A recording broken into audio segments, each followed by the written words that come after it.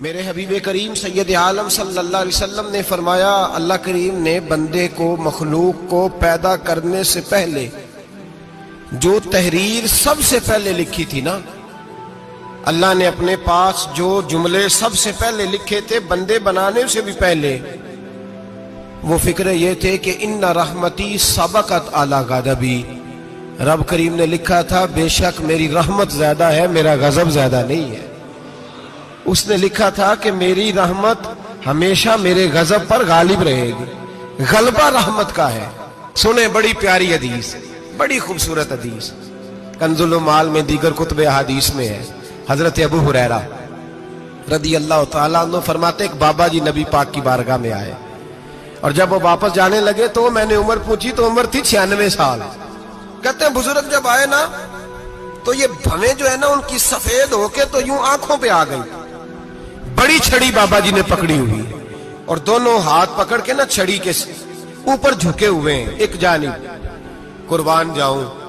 کہتے ہیں جب وہ بزرگ مسجد میں داخل ہوئے تو میرے رسول نے کھڑے ہو کے استقبال فرمایا، کھڑے ہو، اور نبی کریم صلی اللہ علیہ وسلم نے آگے بڑھ کے بابا جی کو بازو سے پکڑا اور بٹھایا۔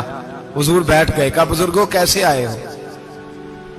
تو کہتے ہیں وہ بابا جی بات کرتے تو آنکھ کھول کے پہلے حضور کا چہرہ دیکھتے، پھر وہ بات کرتے تو ان کے لب و لہجے کے اندر بڑی پریشانی، بڑی تکلیف، بڑی مایوسی۔ عرض کرنے لگے یا رسول اللہ، حضور زندگی ساری گناہوں میں بیت گئی ہے، حضور غلطیاں ہی غلطیاں، یاد ماضی عذاب ہے، یا رب چھین لے مجھ سے حافظہ میرا۔ اے اللہ کے رسول بڑی لمبی فہرست ہے، پاپ ہی پاپ ہے، کالے سیاہ دفتر ہے۔ یا رسول اللہ صلی اللہ علیہ وسلم جب پلٹ کے دیکھتا ہوں حضور مجھے نیکی دکھائی نہیں دیتی۔ حضور اس عمر میں آپ کا ایک صحابی ملا ہے، اس نے بات سمجھائی ہے تو تھوڑا خیال آیا ہے، لیکن یا رسول اللہ صلی اللہ علیہ وسلم اب میرا وجود بیکار ہو گیا ہے، حضور بوڑھا ہو گیا ہوں۔ تین باتیں کہیں بزرگوں نے اور نرالی کہیں، کہنے لگے یا رسول اللہ صلی اللہ علیہ وسلم، حضور اب تو میری کمر بھی سیدھی نہیں ہوتی کہ میں نماز ہی صحیح ادا کر سکوں، بوڑھا ہو گیا ہوں۔ یا رسول اللہ صلی اللہ علیہ وسلم اب میرے اندر طاقت نہیں کہ میں محنت مزدوری کر کے صدقے اور خیرات دے سکوں۔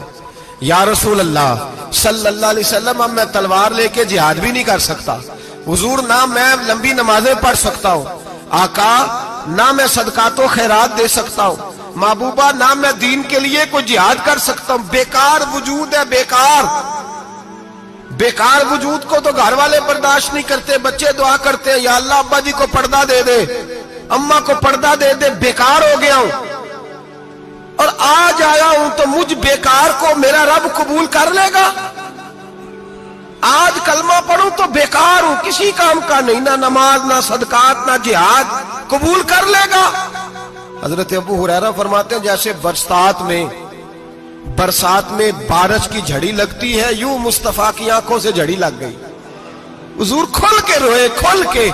اور میرے حبیب پاک نے فرمایا بزرگوں بڑے مجاہد ہیں، دین کے لیے جہاد کرنے والے بڑے ہیں، رب کریم کو آپ کی تلوار کی اتنی حاجت نہیں، اور فرمایا اس کے خزانے کوئی خالی تو نہیں کہ آپ ہی گویا صدقہ دیں گے تو بھرے جائیں گے، اور فرمایا پھر رب کریم کی شان میں اضافہ نہیں کرتی عبادتیں، وہ تو بندے کو نفع دیتی ہیں۔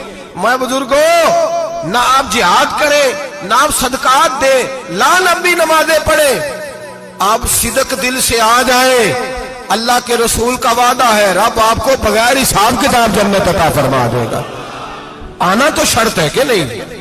آئیں تو صحیح، نہ پہنچے تو صحیح، آ جائیں، اس کو نہیں عادت صدقات و خیرات کی، جہاد کی، تبلیغ، آئے تو صحیح نا۔ ان العبد اذا اعترف ثم تاب تاب اللہ علیہ، میرے حبیب نے فرمایا بندہ جب رو کے کہتا ہے نا یا اللہ غلطی ہو گئی معاف کر دے، فرمایا میرا مالک اسے فوراً ہی معاف فرما دیتا ہے۔ تو آ تو صحیح، تو آتا ہی نہیں، تو آ ہی نہیں رہا، تو گھر میں بیٹھا ہوا ہے، تو سویا ہوا ہے، تو دکانداری کر رہا ہے، تو پیسے گن رہا ہے، تو آیا ہی نہیں، آ تو صحیح۔ بلکہ میرے نبی پاک فرماتے ہیں جب اللہ پاک کا بھاگا ہوا غلام آتا ہے پھر تو اللہ زیادہ راضی ہوتا ہے، پھر تو اللہ زیادہ راضی ہوتا ہے، زیادہ راضی ہوتا ہے، تو آ تو صحیح، پہنچ تو صحیح۔ بلکہ صوفیاء تو اور بات کرتے ہیں، وہ کہتے ہیں تو کبھی بھول کے بھی رب رب کرے تو اللہ تو اسے بھی قبول کر لیتا ہے، بھول کے۔ ملا رومی کہتے ہیں بنی اسرائیل کا بندہ ہے،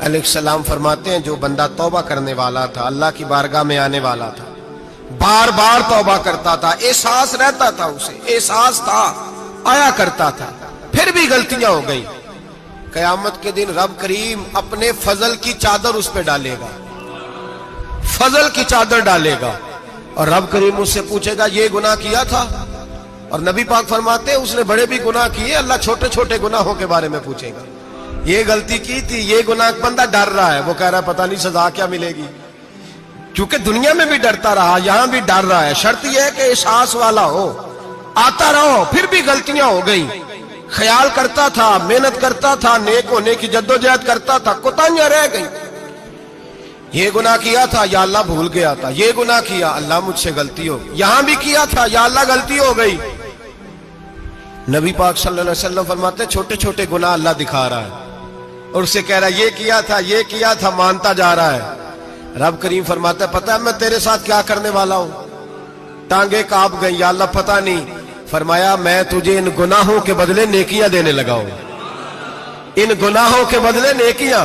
نبی پاک فرماتا ہے فٹافٹ ہی بول پڑا، کہنے لگا یا اللہ میں نے تو بڑے بڑے گناہ بھی کیے، اگر تو نے گناہوں کے بدلے نیکیاں دے دیا تو میرے تو بڑے بڑے پاپ بھی ہیں، وہ دوسرے کدھر ہیں؟ میرے حبیب کریم علیہ الصلوۃ والسلام فرماتے ہیں رب مسکرائے گا جو رب کی شان کے لائق ہے۔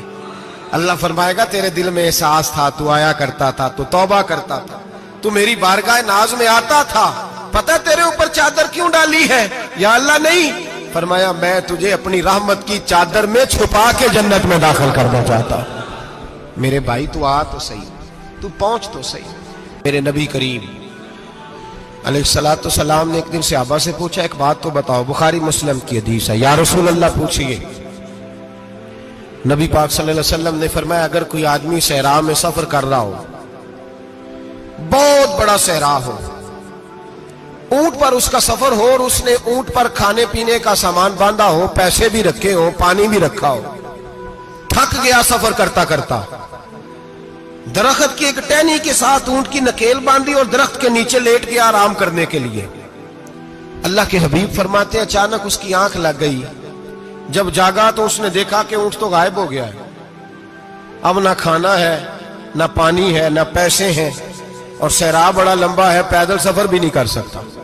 تھوڑا سا ڈھونڈا، پھر موت کا انتظار کرنے لگا، سوچنے لگا اب موت آئے گی، اب مر جاؤں گا۔ اللہ کے محبوب فرماتے ہیں تھوڑی دیر گزری، جب بالکل مایوس ہو گیا تھا تو اچانک نظر پڑی تو اونٹ اس کا سامنے کھڑا تھا۔ نبی پاک سے صحابہ سے پوچھتے ہیں بتاؤ، اس کی کل کائنات اجڑ گئی تھی، راز ضائع ہو گئی تھی، ہر شے لٹ گئی تھی، دوبارہ اسے مل گئی ہے، بتاؤ اسے کتنی خوشی ہوگی؟ صحابہ کہنے لگے یا رسول اللہ نئی زندگی مل گئی اس بندے کو، وہ ساری دنیا سے زیادہ راضی ہے۔ تو میرے کریم رسول صلی اللہ علیہ وسلم نے فرمایا رب کریم کا نافرمان بندہ جب اس کی بارگاہ میں آ کے توبہ کرتا ہے تو اللہ اس سے بھی زیادہ راضی ہو جاتا ہے۔ نافرمان جب آ کے کہتا ہے یا اللہ معاف کر دے، آئندہ نہیں کرتا، میں اللہ تو راضی ہو جاتا ہے۔ اور حبیب پاک علیہ السلام فرماتے ہیں وہ اتنا کریم ہے، جب بندہ اپنے رب سے صلح کر لیتا ہے، توبہ کر لیتا ہے، تو اللہ زمین کو کہتا تو بھول جا میرے بندے نے گناہ کیا ہی نہیں، آسمان سے کہتا تو بھول جا میرے بندے نے گناہ کیا ہی نہیں۔ پھر رب کریم فرشتوں سے فرماتا ہے کہ مٹا دو جو تم نے لکھا تھا، میں نے اپنے بندے کے ساتھ صلح کر لی ہے۔